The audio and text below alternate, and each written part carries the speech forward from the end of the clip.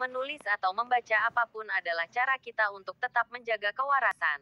Membaca apa saja adalah cara kita untuk menjaga kewarasan kita. Baik itu buku, artikel atau bahkan sesuatu di internet. Sangat mudah untuk tersesat dalam semua informasi di luar sana dan tidak punya waktu untuk hal lain. Membaca membantu kita mempelajari hal-hal baru, memperkuat hubungan dengan orang lain, dan berkontribusi pada pertumbuhan keseluruhan sebagai individu. Membaca memungkinkan kita melepaskan diri dari kehidupan sehari-hari untuk sementara waktu, yang bisa sangat menyegarkan. Membaca dan menulis selalu dianggap sebagai kegiatan penting oleh masyarakat, terutama dalam menjaga kewarasan kita. Seseorang dapat menemukan kedamaian dan ketenangan dalam membaca dan menulis. Otak kita membutuhkan waktu untuk menghasilkan informasi dan pikiran baru.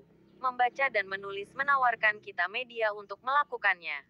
Bahkan, menurut Dr. Katerina Locke, seorang ahli membaca memperkuat 3 koneksi dasar di otak, hubungan antara mata dan laring kita, hubungan antara belahan otak kiri dan kanan, dan hubungan antara otak depan, lobus dan lobus temporal. Oleh karena itu, jika kita ingin mengembangkan kemampuan mental kita, membaca dan menulis adalah tindakan yang esensial. Membaca dan menulis memiliki cara menghubungkan kita dengan orang lain. Dalam buku The Genius in All of Us, Daniel Goleman menulis, membaca dengan keras menciptakan peluang bagi orang untuk berbagi kreativitas orang lain, untuk melihat diri mereka sebagai rekan penulis teks, dan untuk merasakan rasa aman dan kehangatan relasional. Kita mendapatkan rasa kebersamaan dengan membaca. Selain itu, dengan membaca, kita dapat menemukan solusi dari suatu masalah atau kita dapat mempelajari hal-hal baru. Selain itu, dengan membaca dan menulis, kita dapat memperoleh pemahaman yang lebih baik tentang diri kita sendiri.